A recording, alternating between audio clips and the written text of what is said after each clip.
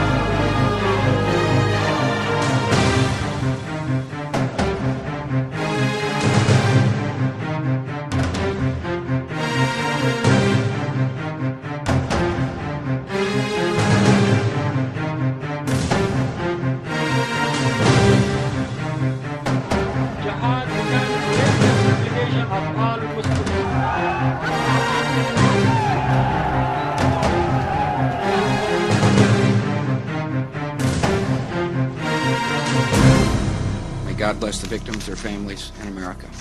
Thank you very much.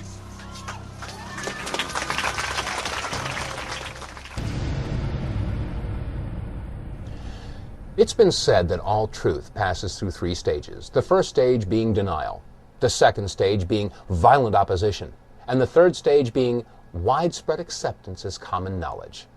Well, as you view this documentary, keep in mind that people watching will probably fall into one of those three categories. One group of people will absolutely deny that what they're seeing could possibly be true.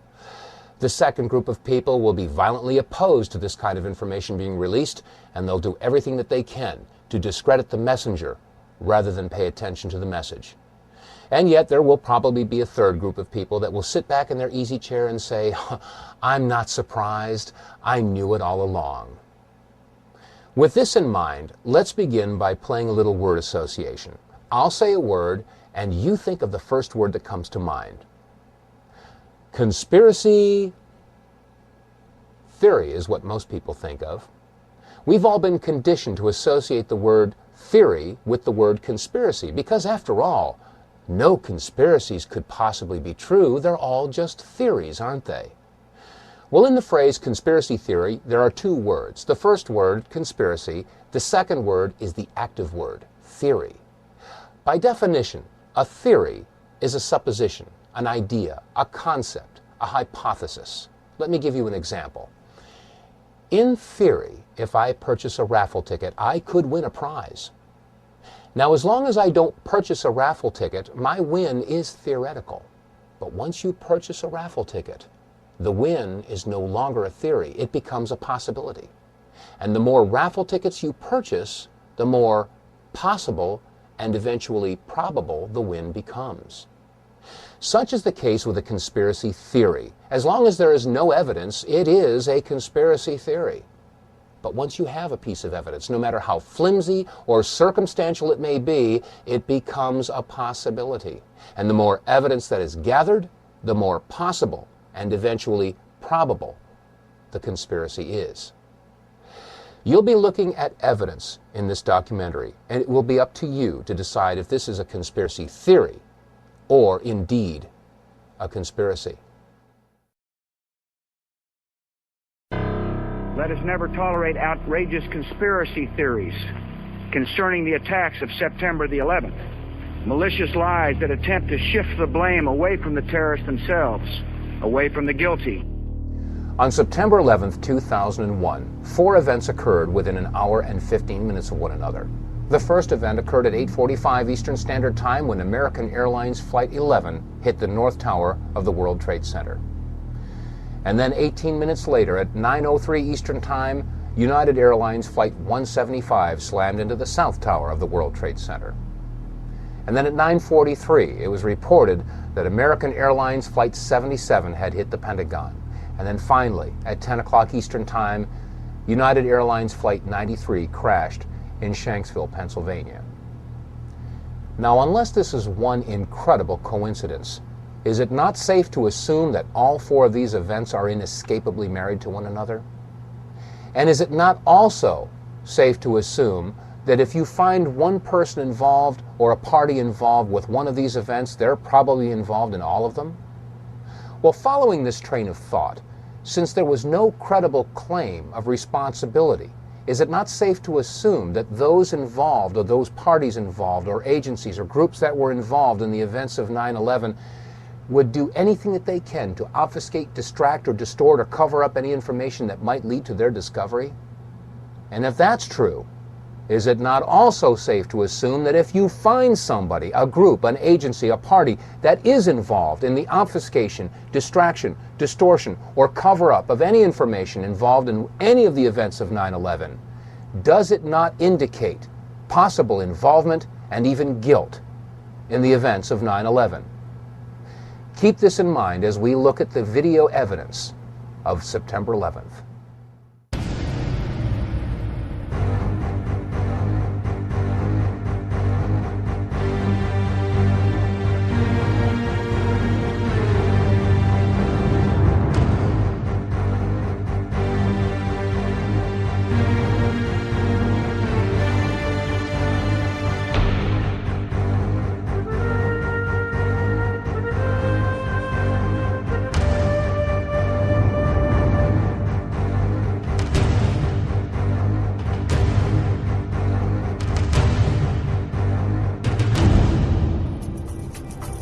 I mean, it was like a cruise missile with wings. Went right there and slammed right into the Pentagon. Huge explosion, a great ball of fire, smoke started billowing out.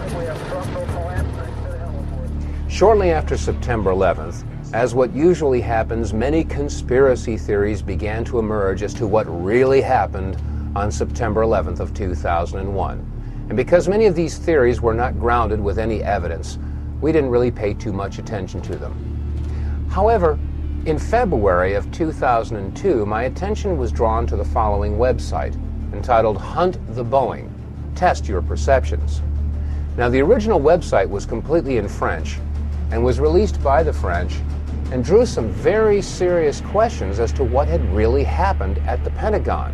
I mean, after all, we had all seen the big hole that was created by the 757 that had slammed into the Pentagon at 9:43 on September 11th. But some of the photographs that were shown on this website raised very serious questions as to whether or not that's exactly what had happened. Some of these photographs showed a smaller hole, and in some cases showed that there was no way that a 757 could have created this damage. So we began our own investigation, and that started by taking a look at some of the magazines that we all saw at the supermarket checkout stands shortly after the events of September 11th. As I began pouring through the photographs, I had one goal in mind, and that was to prove the French wrong with their website Hunt the Boeing. After all, there must have been some photographic evidence that showed that a 757 had hit the Pentagon. But as we went through all these photographs, we could find no pictures whatsoever showing a tail, a nose, a fuselage, wings, engine, wheels, luggage, seats, nothing. There were no photographs showing any recognizable wreckage from a 757. Furthermore, when you look at the size of the hole at the Pentagon, it was approximately 65 feet across, and the height of the Pentagon is approximately 73 feet. From wingtip to wingtip, a 757 is 124 feet 10 inches. From nose to tail, a 757 is 155 feet and 3 inches in length, and the height is 44 feet and 6 inches. However, when you look at the hole at the Pentagon, you'll find that it's only approximately 65 feet across.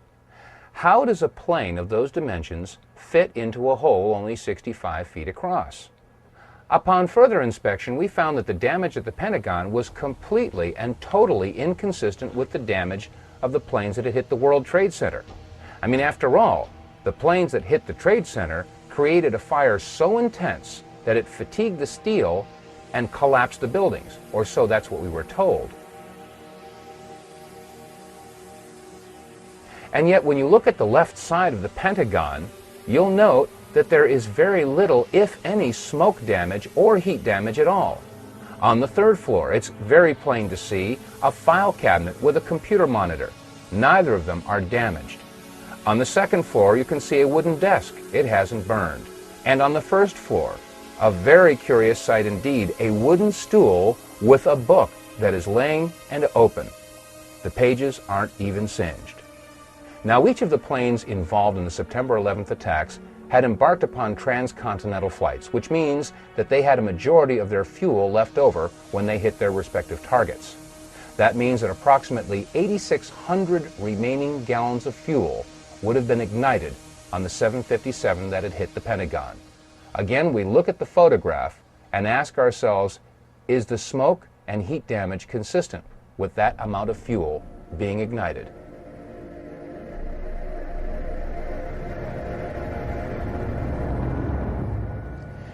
Ms. Therese Sagnier, a certified environmental specialist and a member of the Environmental Assessors Association, sent us the following letter after a brief conversation we had on the telephone. She had said to us that the amount of fuel that would have been left in the aircraft that had hit the Pentagon would basically have reduced that section of the Pentagon to rubble and would have burned for days. And that 8,600 gallons of fuel had a BTU rate of 86 million.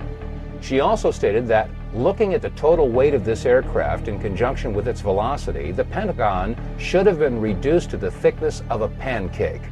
Also, the fuel spill of 8,600 gallons would have posed a very large soil removal and disposal project, since the contaminated soil would be considered hazardous waste under Title 40 of the Code of Federal Regulations. Another interesting question that is raised is in the photographs of the collapsed area of the Pentagon. If you'll note the upper floor and roof area, it appears that that area simply collapsed and does not show any impact damage from a tail section that was over 43 feet in height. How could a 757 slam into the Pentagon and not have an impact area where the tail section would have hit the upper floors? Shortly after these questions were raised and the topic was open for discussion on our radio show, The Power Hour, these 5 frames were released from a security camera at the Pentagon. The only problem is that the release of these 5 photographs seemed to raise more questions than they answered. First of all, why was the date incorrect in the lower left corner of the screen? Second of all, they really didn't show that there was a 757 that had hit the Pentagon. And thirdly, many people asked, is this the only security camera that was on at the Pentagon? The Pentagon. This is the nerve center for the United States military, supposedly the most secure building in the country. And this is the only video footage that was available of the most heinous attack ever recorded at the Pentagon? Where were all the other security cameras aimed? What about the security cameras that were on in the hallways at the Pentagon? Every inch of the Pentagon is under video surveillance. Where are those video cameras? We also had a report about a gas station whose video camera was pointed in the exact direction where the 757 would have hit the Pentagon. Shortly after the event, it was reported that federal officials showed up at that gas station and confiscated that footage.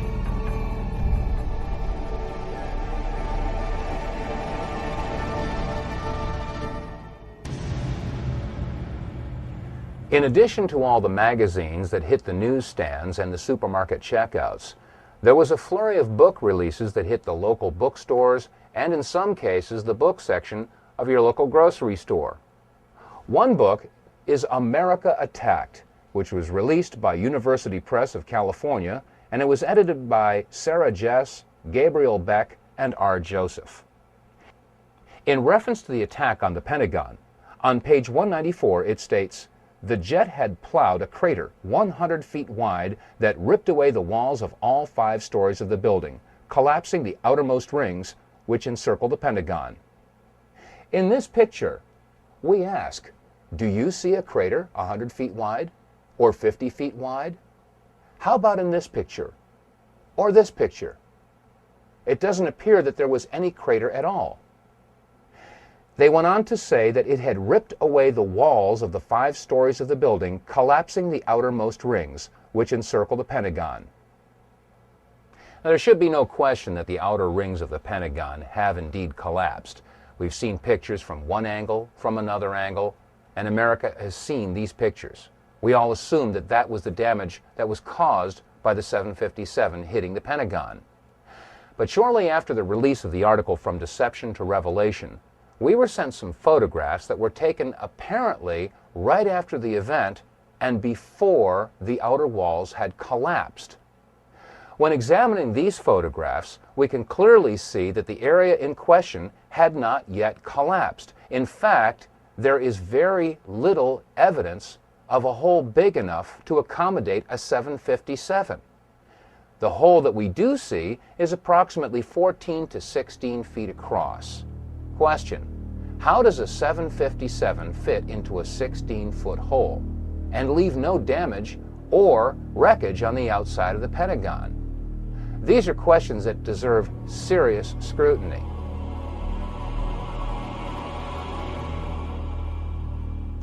Let's take a look at some of the photographs that were taken before the outer wall of the Pentagon collapsed. In this first photograph, we can see the firefighters pulling the hoses away from the fire truck.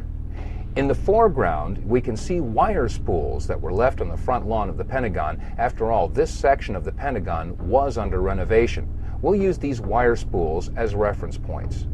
Also, to the right of those wire spools and on the face of the Pentagon, we can see that some concrete facing has broken away. We'll also use this as a reference point as we examine these photographs. Now, to the left of that area where the facing has broken off, we can clearly see that the Pentagon has not yet collapsed. There are some flaming areas, and that area appears to be the only section where there is a hole approximately 14 to 16 feet. Question: how does a 757 fit into a 16-foot hole and leave no wreckage on the front of the building? We can also see that the roof of the building does show fatigue, but has not yet collapsed. In this photograph, an astonished onlooker sees exactly what we're seeing. The Pentagon had not yet collapsed. And again, there is no sign of any wreckage whatsoever. No tail, no fuselage, no wings, no wheels, no engines, no seats, no luggage, nothing on the outside of the Pentagon. Pentagon roofline is clearly visible, and again, it is under fatigue, but it had not yet collapsed. As we examine this next photograph, let's take a good close look at the lower left corner. You'll see engine 331 from the Metropolitan Washington Airport Authority, and we contacted the fire chief from this engine company. Chief Plower agreed to come on our radio show along with 2 of his firefighters, but 1 hour before airtime, they canceled. We were told that the 2 firefighters had been placed on indefinite leave. When we look at this photograph, we can see that the fire retardant foam is being sprayed on the front of the Pentagon, and again, the area in question had not yet collapsed. And you can see, right in the center of the photograph, a big area where some of the concrete facing has broken away, and it appears that this is the only major hole in the front of the Pentagon. Again, is this hole big enough to accommodate a 757? And where is the wreckage? In this photograph, we again see engine 331 and fire retardant foam being sprayed on the front of the Pentagon. Note clearly, in the center of the photograph, we see the upper floors of the Pentagon, again, yet to collapse. But also notice that there does not appear to be any damage to these upper floors. Question: if the height of the Boeing 757 was 44 feet 6 inches, there should have been some point of impact in these upper floors, and yet when we look at these pictures, there doesn't appear to be any impact whatsoever in the area where the tail should have hit. And again, there is no wreckage visible on the front of the lawn. Now, while these photographs were being taken, videographers from several different networks were on the scene to capture the firefighters in action as they battled the blazes at the front of the Pentagon. Jim Angle is joining us now from Washington. Jim, what can you tell us about that fire outside the Pentagon? Jim Angle, are you with us? I can tell you first that the roads around the White House, the streets around the White House, were blocked seconds ago. Members of the Uniform Division of the Secret Service ran out to intersections and started diverting traffic. There are emergency vehicles on almost every block around the White House. The road south of the White House has also been blocked. And as you know, the White House is being evacuated. Federal employees are standing on the street corners in and around the White House, having left the building for fear of another attack. As you come into Washington from Virginia, about 2 miles from the Pentagon, you can see the smoke billowing up from the building. Huge clouds of smoke. So much so that commuters coming into town have pulled over to the side of a busy freeway, what is ordinarily a busy freeway, and are sitting, watching in amazement as the symbol of the United States Defense Establishment goes up in smoke. So there is an amazement all over Washington. People are not sure what to think. You've got a lot of federal employees standing around in this area watching as the streets are blocked off and emergency vehicles rush to and fro. We're not sure what they are up to, but clearly there is concern about the safety of the White House and the surrounding buildings. John. Jim, do you know anything about what kind of plane? Be advised, there's floor collapse, structural integrity is compromised. I'll give you a report on the interior.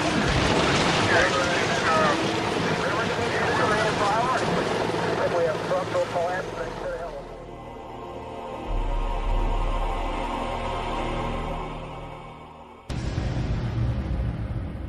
Question: what could have caused this type of damage? What could have caused a 14 to 16 foot hole and pierced 3 of the rings of the Pentagon?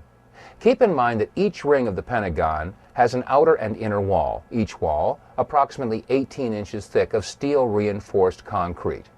That means that each ring consisted of 36 inches or 3 feet of steel reinforced concrete for a total of approximately 9 feet of steel reinforced concrete.